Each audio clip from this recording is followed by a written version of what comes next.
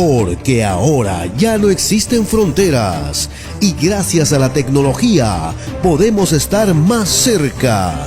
Y para ello tenemos una nueva alternativa televisiva, Directo a tu CPU, con el periodista Jorge Carrión. Un programa especial con invitados internacionales desde todos los rincones del mundo. Ahora en las pantallas de Telestar Televisión, Canal 3 Lima, Supercable. No se lo pierda.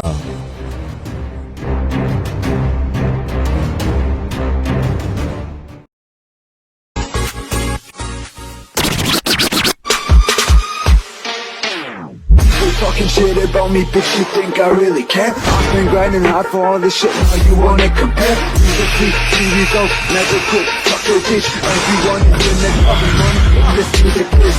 Yo, I better run, little fucker. Get on my way, motherfucker.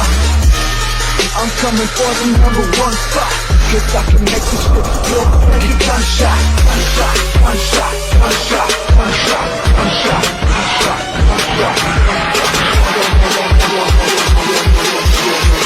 I can make this shit blow up like a gunshot.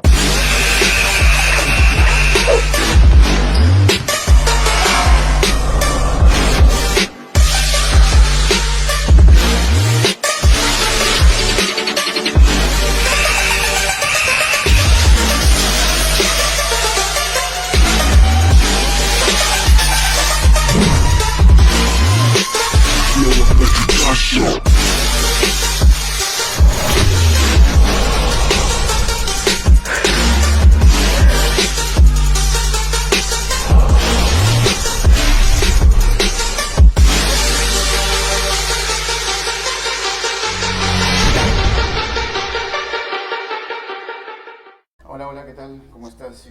Directo a tu CPU por Telestar Televisión Supercable Canal 3 y por Virtual Televisión, tu mejor alternativa a esta hora del día, siempre con lo inédito a nivel del panorama latinoamericano, en el marco de nuestros eventos que tenemos programados para este fin de año 2022. Tenemos, como sabemos, pues la llegada también a través de Telestar Televisión Supercable Canal 3 a nivel de Lima Metropolitana y en el interior del país, hacia el centro del Perú, Huancayo, por Canal 11. Y bueno, a nivel internacional ya las redes sociales se encargan de hacer de que más allá de nuestras fronteras pues tengamos sintonía y con invitados, por ejemplo, para esta ocasión de dos países hermanos muy queridos, ¿no? Tenemos de México lindo y querido a María García desde Veracruz, y desde la bella Caracas, al pie del Ávila, al doctor Oriol Parra también, que nos acompaña. Uno para su próxima investidura honoris causa de nuestra Fundación Universidad Hispana, y nuestra invitada dentro de lo que viene a ser nuestros concursos periodísticos, literarios, ¿no? Con la temática de nuestros macondos, nuestros lugares a veces olvidados, quizás detenidos en el tiempo. Muchas veces se mantienen ahí en pleno siglo XXI. A veces tú atraviesas un pueblito de allá, por ejemplo, de los llanos venezolanos, y parece que no hubiese pasado el tiempo, ¿no? Se mantienen absolutamente todas las imágenes de nuestros antepasados, y eso es bueno porque se conservan muchos valores, ¿no? Muchos valores humanos que últimamente con la civilización, con el mundo de cemento, desaparecen, y eso pues nos preocupa sobremanera. Pero también hacia México acontece lo mismo, ¿no? Por ahí tenemos la historia de Pedro Páramo, por ejemplo, ¿no? Una especie de macondo mexicano. Y ni hablar pues con el gran García Márquez y aquellas llegadas incluso de la civilización, la primera vez que llega, por ejemplo, la cinematografía a Macondo, ¿no? La gente se queda extasiada al saber que en la próxima película pues estaba vivo aquel por el que lloraron, ¿no? Y no podían aceptar eso. ¿Por qué jugar con los sentimientos, ¿no? Pero así es esta civilización que creamos, pues. nos lleva al juego de nuestros sentimientos, ¿no? Antes nuestros sentimientos tal vez eran más directos, más puros, ¿no? Pero poco a poco, por eso que cuando atravesamos una calle y tal vez una señora se tropieza o le pasa algo malo, sigues de frente y no te paras. ¿Por qué? Porque crees que eso es parte de la noticia que recibes todos los días, ¿no?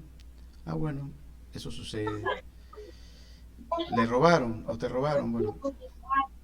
O sea, estamos prácticamente en ese mundo transformado, ¿no? Y no en aquellos donde era solidaria la participación absolutamente de cualquier poblador, ¿no? En las comunidades todavía se ve, por ejemplo, hacia acá, hacia el Perú, se ve que si a alguien le falta un techo, en los pueblos más olvidados y más pobres, ¿eh? Y el hijo se casa y no tiene casa, no tiene techo, se organizan, hacen una fiesta cada domingo y hasta no terminar de hacerle el techo al hijo o al poblador, no paran y no le cobran un centavo y no lo ven como un trabajo tampoco, lo celebran, se emborrachan, bailan, porque el trabajo para esta parte de la civilización que poco a poco la vamos dejando, aquella milenaria, pues el trabajo no era un sacrificio, el trabajo era una fiesta, ¿no? Entonces eso lo hemos perdido también, ¿no? Porque ahora tú vas a la ciudad y el muchacho está extasiado, cansado, odia su trabajo y simplemente va por cumplir, ¿no?, su horario, y está atento más a percibir lo que le van a pagar que a cumplir con el servicio, por ejemplo, ya que tenemos al doctor Oriol Parra, por ejemplo, de trabajar con niños. Hay muchos que no tienen esa vocación docente, pero están ahí también por necesidad, porque la carrera más fácil en América Latina y la menos valorada, lamentablemente, es precisamente la que tiene que ver con la educación, increíblemente, ¿no? Es la última alternativa. Bueno, hijo, serás profesor. ¿Mm? Como algo despectivo, sí. Imagínense a qué extremo llegamos. Bueno, pero luego de esta introducción vamos a dejarle las palabras a nuestros invitados. Primero a María García, desde Veracruz. Bienvenida, María García. Muchísimas gracias por invitarme a esto. ¿Alguna reflexión al respecto? Pues sí, el cuento que escribí está basado en un pueblo muy pequeñito donde nació mi madre hace muchísimos años y yo visitaba desde niña. Pero ahora que me platica esto, viví en Panamá más de 15 años y allá también hacen una junta de embarre donde del barro, con los pies, moldean el barro y hacen estas casas muy especiales. También la casa de mi abuela era de este tipo de embarre, que le llamamos, ¿no? Que es de barro o tierra con excremento de vaca. Y entonces esas paredes grandes me encantaban porque era una casa como de ensueño para mí. Yo viví en la Ciudad de México, es una ciudad muy cosmopolita desde hace muchos años. Entonces ir a ese pueblo donde tenías que ir a correr para ir al baño, ¿no? Y era un baño de hueco, y todo era así como de otro tiempo, se perdía la vida en otro tiempo. Era algo que yo desconocía, era algo que yo no vivía en mi diario vivir. Entonces era para mí muy bonito, por eso lo plasmé en el cuento. Claro, es el Macondo. Bien, vamos a escuchar al doctor Oriol Parra a ver qué nos comenta al respecto a esta introducción reflexiva. Has tocado un tema bien interesante, que es el tema de la educación, tema que para mí es apasionante. Yo vengo de una familia de educadores. De hecho, mi bisabuelo, el bachiller Trinidad Figueira, fue gran fundador de escuelas en un pueblo pequeño llamado San Felipe, en el estado de Yaracuy. De hecho, yo nací aquí en Caracas, pero muy pequeño me fui con mis padres, me llevaron a vivir en ese pueblo, en San Felipe, y me considero sanfelipeño de corazón, de vida. Yo viví todo hasta que salía ya a vivir aquí en Caracas, ya luego de ser profesional, viví en San Felipe.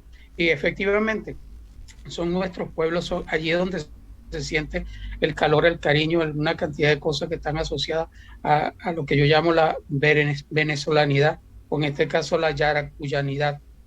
Allí nos inculcaron muchos valores que están asociados precisamente a la enseñanza. Yo llego a la enseñanza por amor y corazón. De hecho, mi profesión originalmente es el área de la ciencia de los alimentos, pero de luego me dedico a la educación y realmente creo que he encontrado un sitio valioso, un sitio de donde se exploran las vivencias humanas de una manera distinta, diferente. Y como te digo, creo que nos vienen los genes. Mi bisabuelo fue gran maestro, mi abuelo, el Trino Figueira, fue un gran maestro. Mi papá fue un gran maestro, don Oriol Parra, se llamaba igual que yo, lamentablemente ya falleció. Mis hermanos, pues realmente todos son dedicados a la educación. Un hermano que falleció recientemente, Ángel, estuvo muy dedicado a lo educativo. Mi hermana Diana está dedicada a lo educativo, mi hermano Rafael, es decir, todos estamos en este mundo y gracias a Dios creo que estamos dando nuestro aporte para que conservemos un poco la visión de esas tradiciones macondianas, vamos a llamarla, si me permites el término, pero que tengamos la posibilidad de enfrentarnos al futuro con visiones bien interesantes. Precisamente en la parte que compete a lo que se detiene en el tiempo, pues María nos dice que por algún varón de la casa, dice, pareciera que las cosas nunca cambian en los pueblos, ¿no? Que se detiene en el tiempo. María, dentro de lo que tú has podido narrar, pues se nota que hay muchas cosas detenidas, ¿no? Que no cambian. ¿Cómo lo podrías plasmar para nuestra audiencia? Pues en el cuento lo explico, es como detenerse en el tiempo. Cada vez que tú llegas a ese tipo de macondos en el mundo, entras como a otra dimensión en el tiempo. Es regresarte como en una máquina del tiempo y las personas que encuentras, los objetos, las casas, todo lo que te rodea, ese Juan Aldama de mis amores en Zacatecas, es en el norte de la ciudad, del país de México, y es un pueblo pequeñito donde la mayoría de los hombres suelen irse a los Estados Unidos a buscar mejores oportunidades. Se han ido generaciones completas y se quedan las madres, los hijos. En el caso de mi familia era diferente. Mi abuelo murió y entonces mi abuela se tuvo que hacer fuerte. Entonces puso una farmacia, puso una botica y eran mujeres muy fuertes, empoderadas. Pero ese pueblo sigue siendo un pueblo de antaño. Tú ves las paredes de adobe, las puertas. La gente sigue conservando esa unidad de la cual hablaba el doctor Oriol Parra. Esa grandeza de pueblo, ¿no? Que te lleva al calor humano. Y recordando siempre que lo que nos enseñan en la casa es lo más importante para la educación de un ser humano. Doctor Oriol Parra, ¿usted cree que allá en Venezuela, con estas situaciones que a veces cambian las cosas y las alteran brutalmente, algo ha cambiado? Porque en alguna oportunidad estuve, por ejemplo, cerca a Santa María de Ipire, ¿no? Y era día domingo y trataba de buscar, primero que no había nadie, parecía un pueblo fantasma, y de pronto por ahí iba había un anciano, me acerco donde él con mi niño, que lo tenía mi niño por ahí, y le querían comer algo de fruta. Estamos en un lugar donde la fruta debe abundar, ¿no? Y le pregunto al anciano, mire, ¿dónde consigo un mango, algo, ¿no? Una fruta para mis niños? Y me dice, ¿qué va, muchacho? Eso se lo llevó el diablo, ¿no? Ya no hay nada de eso. No hay fruta, no, pero no importa, para vender una tienda. Me dice, bien difícil, por si acaso vaya por allá y hay un señor que a veces consigue algo, pero ya no, eso ya se lo llevó el diablo. Es verdad que se llevó el diablo un poco de cosas en esos pueblos, pues es un pueblo casi olvidado, Santa María de Ipire. Sí, Santa María de Ipire y otros muchos más. No es el único. Un pueblo que, primero que nada, fueron golpeados, muy golpeados por el boom petrolero en su momento. Santa María de Ipire está a la salida en la desembocadura del río San Juan y por allá en la zona del oriente, en el estado Sucre. Una zona muy hermosa, muy bonita, una zona pesquera, donde todavía tenemos incluso a nuestros aborígenes todavía viven en la zona y se dedican a la pesca del camarón y a vivir prácticamente vivir de la tierra. A pesar de las grandes riquezas que tenemos allí, tenemos el gran lago de asfalto que está muy cerca y que fue en su momento muy utilizado por las empresas, en aquel momento una que se llamaba la Bermúdez Company, que se encargó de transportar mucho del asfalto que hoy que se colocó en su momento en la ciudad de Nueva York. A pesar de la existencia de esas riquezas, a pesar de la existencia de toda esa cantidad de cosas, pareciera que estos cientos y tantos años de industria petrolera no han impactado en esos lugares. Desde hace algunos años se viene tratando, a mí me correspondió en algún momento trabajar en la zona. Me encanta que lo hayan mencionado porque estuve trabajando en la zona, estuve trabajando en toda la zona del oriente y allí me correspondió visitar precisamente esos pueblos. Y como usted dice, sí, Santa María de Ipire, al igual que otros muchos pueblitos, Guiria de la Costa, son pueblitos que en principio los llamamos aquí como que olvidados. Sin embargo, son la fiel representación de la fortaleza del pueblo venezolano, porque a pesar de ello, o mejor dicho, viviendo de esa forma, todavía subsisten. Es increíble que nosotros, a pesar de todos estos años y a pesar de todo lo que se ha hecho durante todo este tiempo, a pesar de lo que se ha hecho en los últimos años, todavía tenemos deudas pendientes. Y yo creo que necesariamente hay que comenzar hay que continuar con el trabajo de acercarse a esas comunidades y tratar de darles el desarrollo, darles una pista de lo que nosotros tenemos. Eso sí, respetando su originalidad, respetando sus espacios, respetando lo que tienen, porque eso también a veces irrumpir de manera abrupta en estas comunidades sin tomar en cuenta la posición y la opinión de sus pobladores puede ser más bien puede causar más bien problemas. Yo creo que hay cosas que hay que tomar en cuenta antes de llegar allí.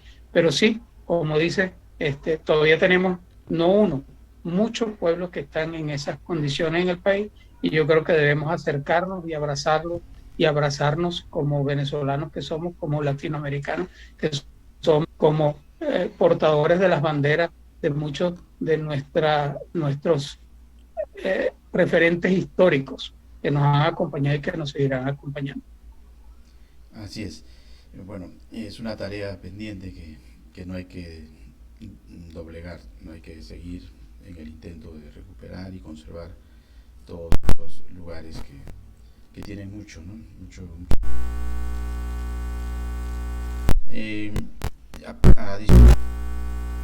A lo que nos percatamos con este lugar que nos escribe María García, ¿existen en México algunos lugares olvidados también, María García? ¿Qué dirías?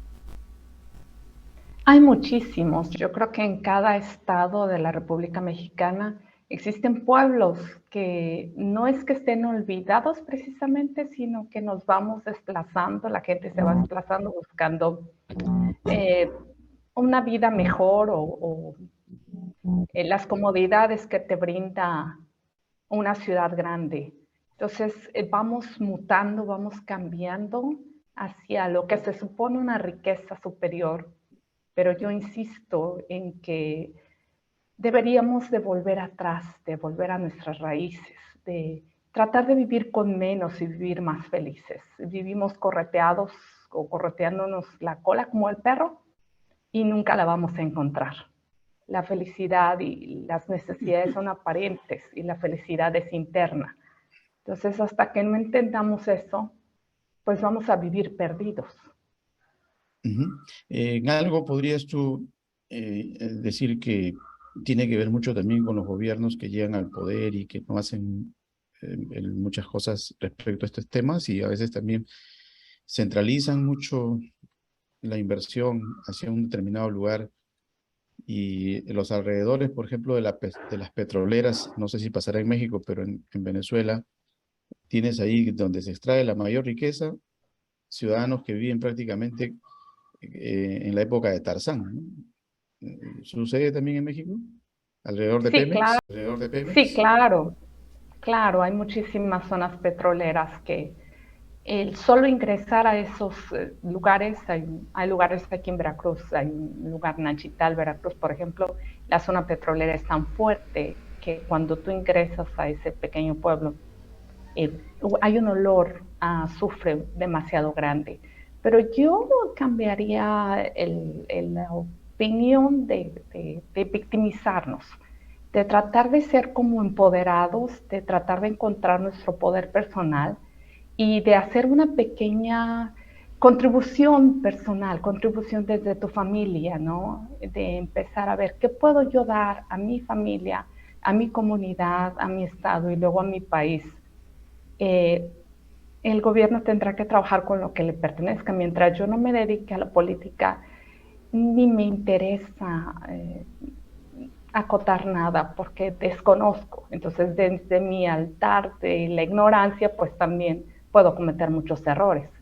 Y me gustaría mejor tratar de hacer pequeños cambios.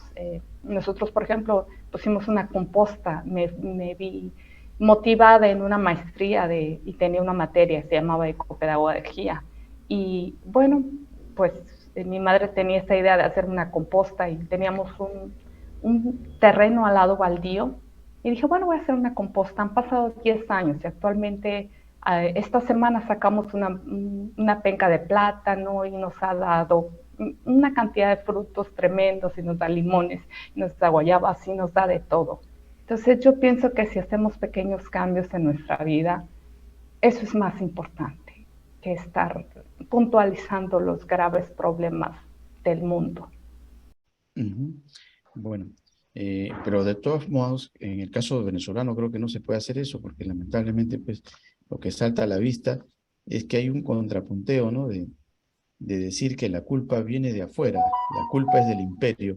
¿Qué diría usted, doctor? ¿La culpa es del imperio? Si ha logrado visibilizar esa especie de axiología que tiene el elemento de poder en Venezuela, ¿no? Lamentablemente hay una simbología al impacto que tiene el imperio o el llamado imperio norteamericano. Yo creo que esa simbología se ve reflejada en algunas acciones que la gente ha procurado. De hecho, nuestras ciudades se han conformado de acuerdo a ciertos modelos que parecieran replicar la imagen de otras latitudes. Esto nos ha venido ocurriendo a través del tiempo. Primero en la época colonial, pues con el Imperio Español, y luego, pues, a medida que ha venido creciendo y desarrollándose, y que han aparecido estos recursos, sobre todo cuando apareció el recurso petróleo, se vino a imponer un modelo de desarrollo, un modelo que incluso hoy en día pues impulsa a que mucha gente cree en el famoso sueño americano, esa visión que, tal como dice la doña María, me parece que nosotros debemos modificarla por nuestra propia visión, la forma de ser, nuestro americano, que todavía creo que no lo tenemos en muchos sitios muy claro. Por supuesto que hay esa influencia exterior impacta por supuesto también todo lo que se haga a lo interno. El granito de arena que nosotros pongamos o dejemos de poner en el desarrollo del país. Hasta hace poco, la economía venezolana venía en un declive impresionante. ¿Por qué? Porque había la influencia del discurso, la influencia de la semántica, la influencia del no se puede, la influencia de que ustedes sin nosotros no somos, pero se ha demostrado que a través del apoyo de los venezolanos, donde hay tanto tirios y troyanos, están dando su aporte, es decir, los que están a favor, los que están en contra, los que están en una posición o los que están en otra, están dando su aporte para el desarrollo del país. Hoy en día pues nos encontramos no en la mejor de las situaciones, pero sí se comienza a ver vestigios de una aproximación distinta al hacer de las cosas. Y esto se va a ver reflejado probablemente en nuestras futuras generaciones. Yo no sé hasta qué punto el impacto de lo que está ocurriendo, no solamente en los Estados Unidos, sino lo que está ocurriendo, disculpe, en Rusia, lo que le está ocurriendo en China, lo que está ocurriendo con otros países, va a terminar por impactar lo que ocurre en Venezuela. Es muy probable que sí, sobre todo cuando lo analizamos desde una perspectiva de la cantidad de petróleo que nosotros tenemos, la cual es ingente, es enorme, es descomunal.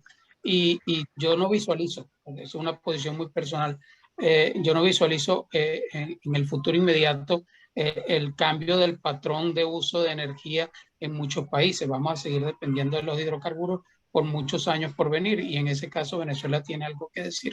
Ahora, el impacto es solamente el externo. No, yo creo que hay que considerar factores externos, factores internos, la posición que han asumido algunos políticos a favor, otros políticos en contra. Y yo creo que en el medio de todo eso ha estado la respuesta del común de la gente que no se detuvo, la gente que sigue haciendo el esfuerzo, la gente que todos los días sale, el señor que vende las empanadas en la esquina, el señor que maneja el kiosquito donde se venden los productos de primera necesidad, el Estado a través de sus accionar, a través de diferentes métodos, e incluso la industria privada que se ha incorporado también en este empuje de tratar de salir del atolladero donde estamos. Yo creo que es probable que logremos desarrollar nuevas estrategias muy apropiadas y apropiables para que nosotros podamos tener un mejor futuro. Pero a mí, al igual que la señora María, a mí me encantaría que conserváramos el sabor nuestro, el sabor venezolano, el sabor de lo propio, el sabor de pueblo, el sabor del hola, ¿cómo estás? El buenos días, señora, buenas tardes, señora, el adelante, pase y siéntese, tómese un café, compartamos un rato, que a veces se pierde cuando estamos pensando en esas visiones de desarrollo que no son nuestras, sino que son importadas de otras latitudes. Bien, y volviendo a la parte de la escritura, ¿cómo nace la escritura en María García? ¿A los cuántos años escribes algo que tú crees que merecía ser leído no solamente por ti, sino por otros? Sinceramente, yo creo que desde niña que me veo aprendiendo a leer, me sentí escribiendo. Tuve varios encuentros, soy licenciada en comunicación, entonces en la universidad te forza a escribir. Luego estudié la licenciatura en inglés, también medio te obligan a hacerlo, pero fue hasta llegar a China hace 3 años, que estuve en China viviendo los 3 años de la pandemia.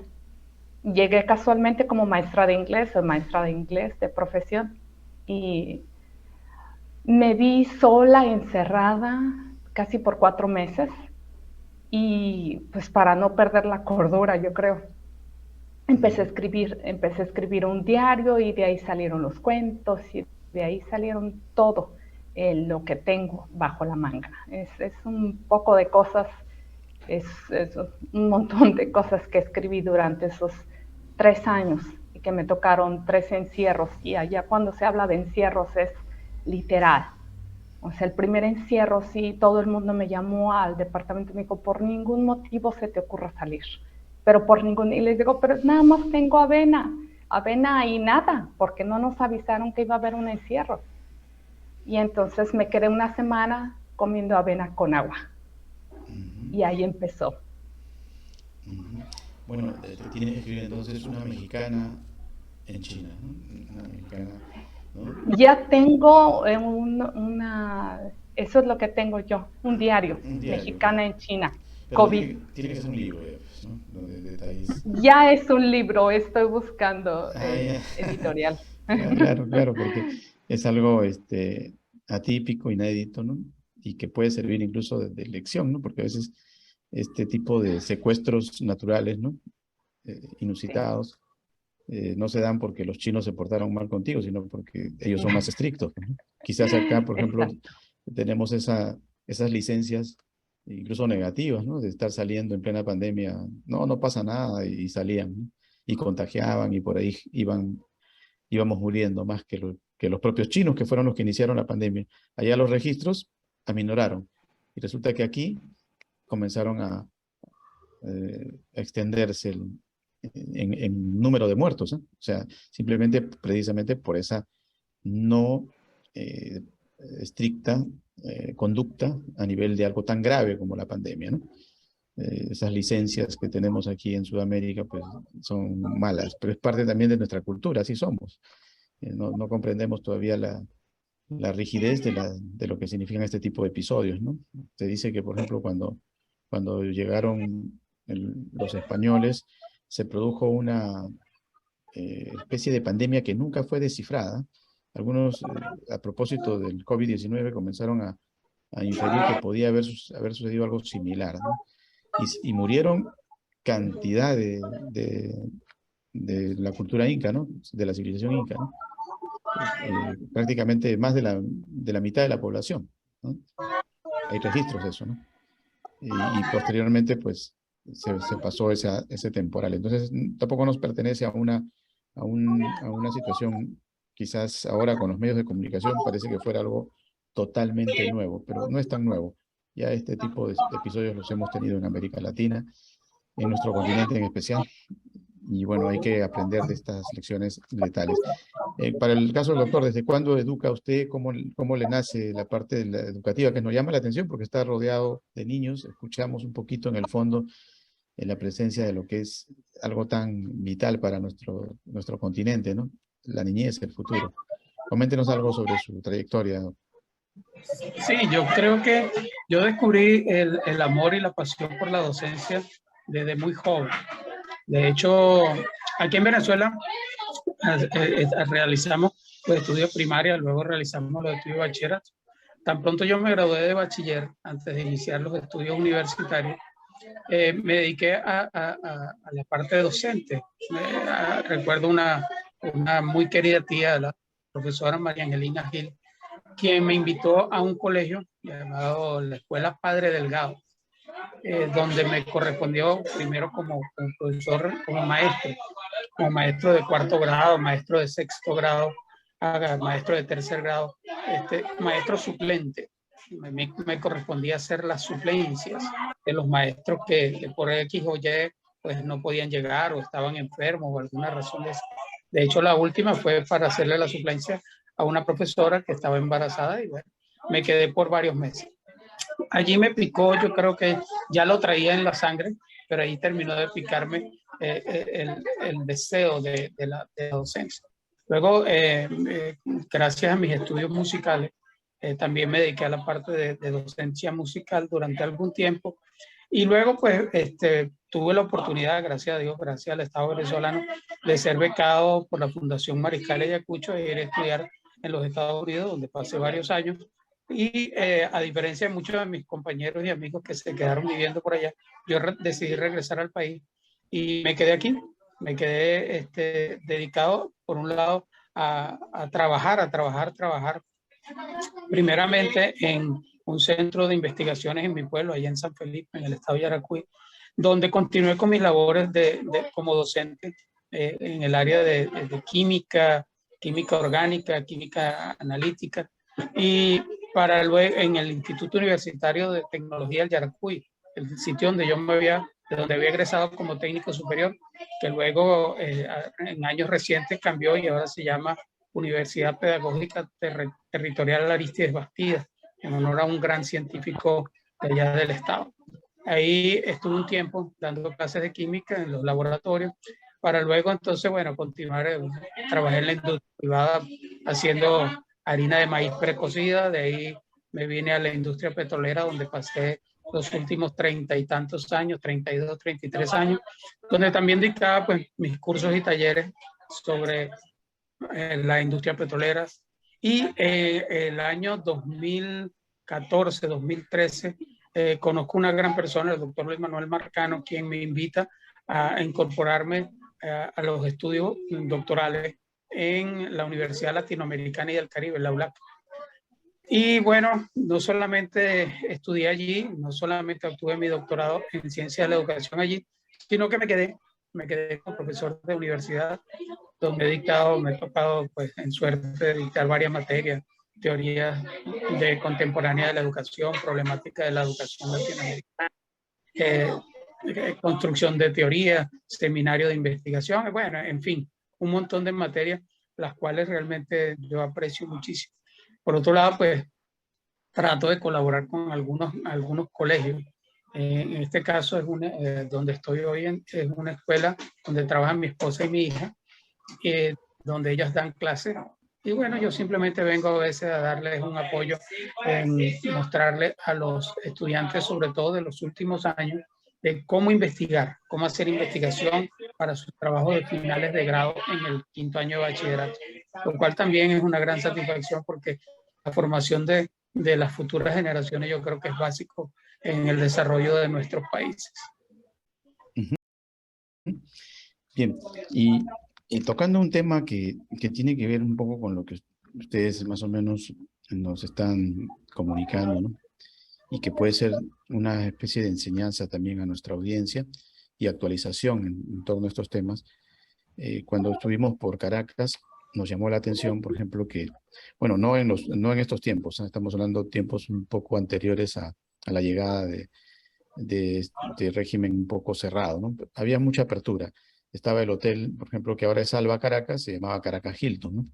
Y en la puerta del Caracas Hilton, un hotel 5 estrellas, apreciamos que un señor que hace la limpieza, pues tranquilamente ingresaba a la recepción del hotel, donde el recepcionista pues habla como 5 idiomas, ¿no?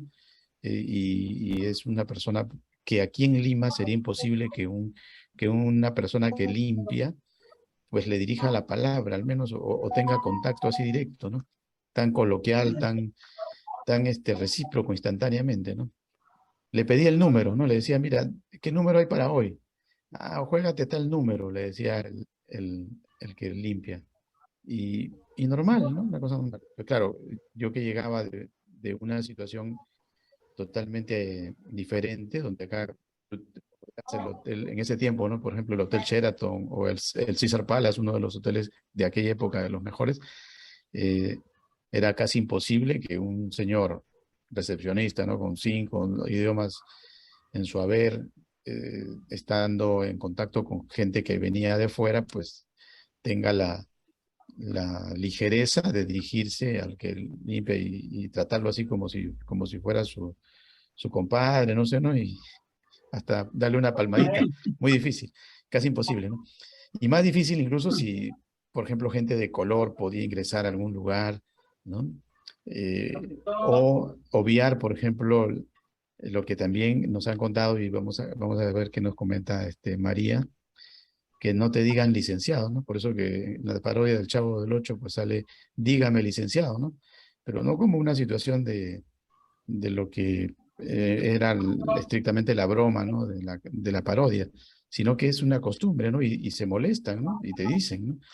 Mientras que en Venezuela, ¿no? La gente entra y conversa normal y aquellas eh, situaciones que de investidura, pues no cuentan, no vienen al caso, ¿no?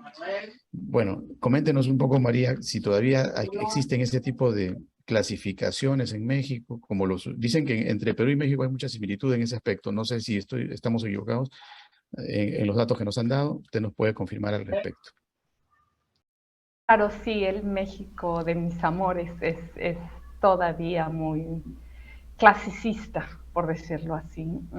Sí, tenemos muy arraigado el discúlpeme usted, ¿no? Deme la deferencia que merezco.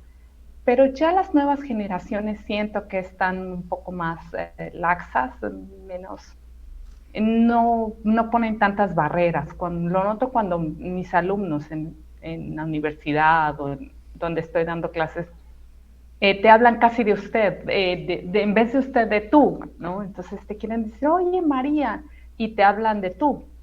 Entonces yo no los coarto, si ellos quieren hablarme de tú o de ustedes, es dependiendo de la educación que tienen en casa. En otrora, en mis tiempos, jamás yo le hubiera hablado a una maestra de tú. Pero por supuesto que a mí me parece excelente que ellos tengan la confianza y la apertura de sentirme como a su nivel, a pesar de que tenemos muchos años que nos separan. Bien, bien. Oriol, ¿qué nos puedes decir sobre esos aspectos pintorescos de Venezuela, ¿no? Sí, eso yo creo que es algo que es muy propio del venezolano. Aquí hacemos muchos chistes respecto a cómo somos. Uno de esos chistes tiene que ver con el hecho de que el venezolano cuando te recibe a los 5 minutos ya es tu hermano del alma, ya te carga abrazado y ya te anda acompañando para todas partes. Aquí a donde usted llega le ofrecen un café de inmediato. Aquí esas diferencias creo que se fueron rompiendo y yo creo que es parte del encanto de nuestro país, parte del encanto de nuestro pueblo, que es que todos nos conseguimos como que somos, como decimos aquí, somos los panas, somos los amigos, somos los hermanos, somos los compañeros.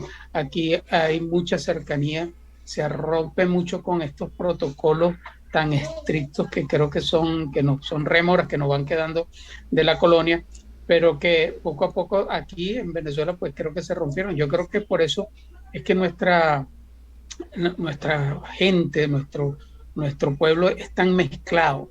Es decir, aquí para nosotros es normal que en nuestras propias familias tengamos, vamos, desde el caso, te pongo de ejemplo la mía, en el caso de mi familia, dos hermanos, mi hermana Carmen Elena y yo, compartimos el que somos más claritos, el que tenemos los ojos de color verde y no sé qué más, mientras que tenemos nuestros hermanos Ángel, Diana, Alfredo, que son un poquito más oscuritos, y nuestro hermano Rafael, que es el más oscurito de todos. Pero todos somos hermanos, somos del mismo padre, la misma madre, y para nosotros eso no representa ninguna diferencia. De hecho, para nosotros aquí, expresiones como mi negrito lindo, mi gordo bello, es decir, aquellas cosas que para otros países suponen más bien una ofensa, para nosotros significa más bien muestras de cariño. Por ejemplo, aquí es muy común el hecho de eso, de recibir a alguien en nuestras casas. Yo recuerdo, papá en algún momento recibió un señor que acababa de llegar de Italia, lo conoció un día en la plena Plaza Bolívar del pueblo, de allá de San Felipe, y ese mismo día se lo llevó a vivir a nuestra casa porque el señor no tenía dónde llegar, dónde acomodarse. Y el señor venía por un par de noches y terminó viviendo en nuestra casa casi 8 meses, 10 meses. Y se convirtió en un gran amigo, el amigo Ángelo. Dios lo tenga en la gloria. Total que así somos y yo creo que así seguiremos siendo porque es parte de nuestra cultura. Llegar a exageraciones, ¿no? Porque también nos comentan y cuando el río suena es porque piedras trae. Dice que llega un chino a Caracas como turista, ¿no? A la media hora es residente y a la hora es ciudadano venezolano, ¿no? O sea, ya también eso ya es el extremo de, de cariño, pero ¿cariño a qué? Eso lo dejamos ahí entre comillas, porque sabemos lo que está pasando. Detrás de la escena también hay una extralimitación y la presencia de los amigos ya exagerados, ¿no? De entrar en aspectos de corrupción y pare de contar usted. No sé, ya para ir cerrando nuestra sesión con María. María, ya hemos conversado sobre tus inicios, tal vez en torno a lo que es el amor por la escritura. ¿Qué quisieras tú, más allá de que uno cuando hace este tipo de situaciones, pues simplemente las hace para uno mismo, ¿no? Y después ya para el público. Pero de alguna manera, ¿qué quisieras tú que conseguir, no sé, dentro de tu travesía escritural, como se diría? Pues eh, si yo quisiera soñar que la gente sintiera un poco de cariño y amor cuando lee mis letras, que se sienta en otro momento, que abra un libro y sienta que ha viajado por un lugar, que conoce ese lugar tanto como yo lo conozco, que viva lo que yo viví, que se salga de su contexto, de sus problemas, de sus situaciones personales y se vaya a otro contexto y viva por un momento otras situaciones y se sienta feliz y se sienta triste y se sienta todas las emociones que en un momento dado yo plasmo en mi escritura.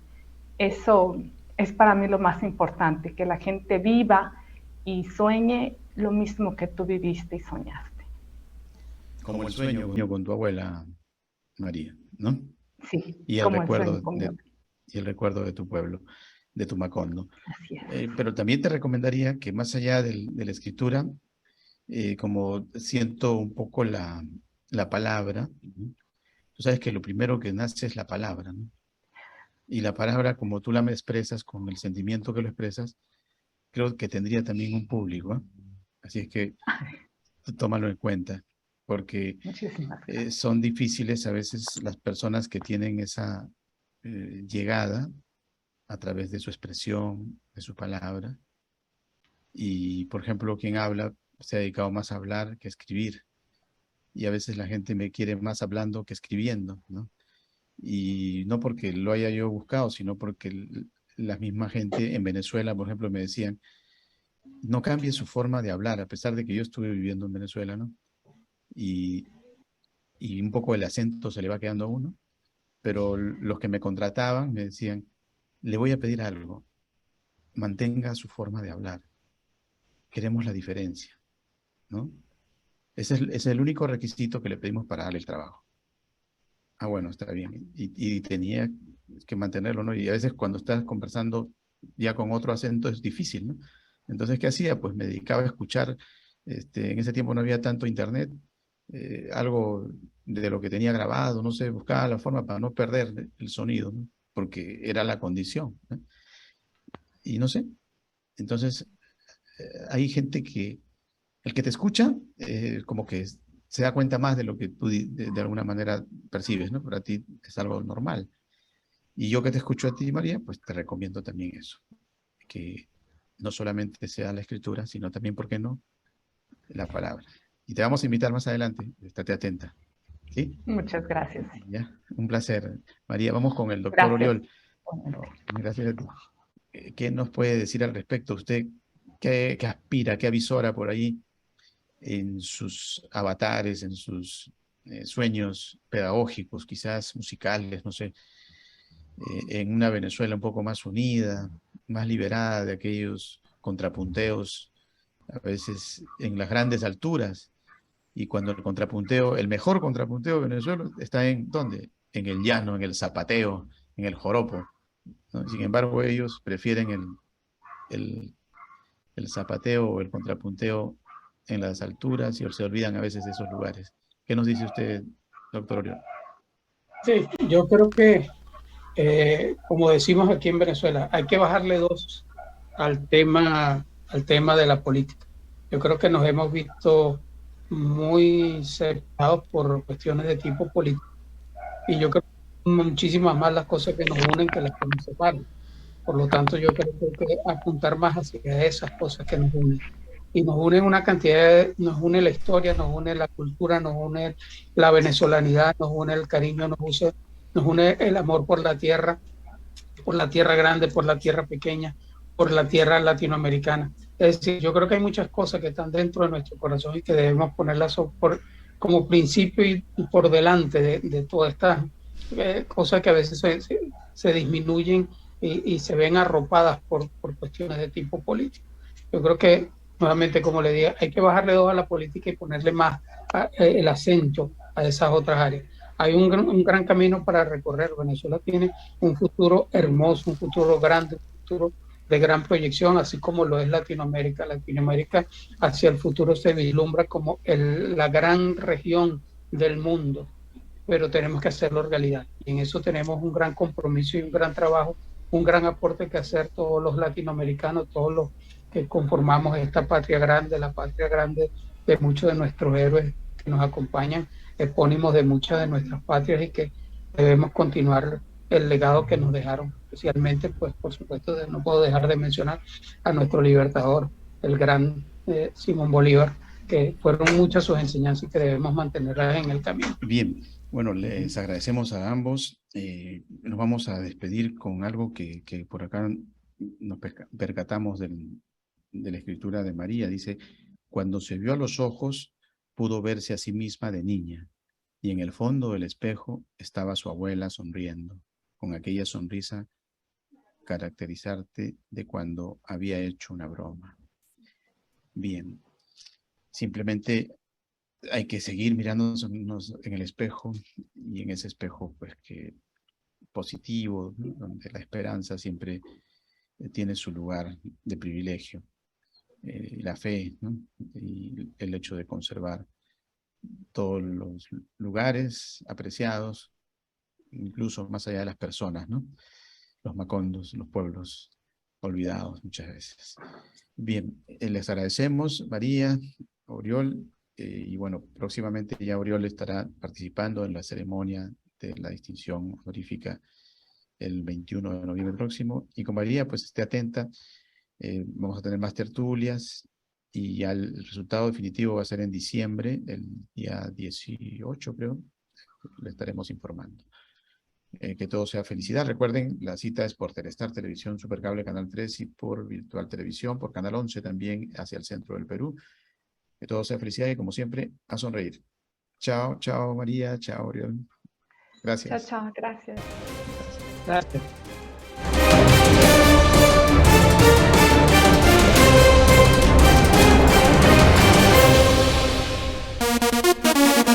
Grupo Ortiz te ofrece en un solo lugar todo lo que tú quieres encontrar. Consorcio Computelectronic Plaza SAC, donde encontrarás de todo para tu computadora, laptop, tablets, además venta y accesorios para celulares. Gimnasio Fitness Planet SAC, con máquinas modernas de última generación para mantenerte en forma. Baño Sauna Spa Aruba SAC. Contamos con cámaras secas, cámaras de vapor, duchas españolas y más. Tu cuerpo y mente merecen relajarse. Cancha sintética Las Terrazas de Ortiz SRL, para que practiques tu deporte favorito. Atención las 24 horas. Grupo Ortiz, te esperamos en la avenida Nicolás Ayón 15498 AT.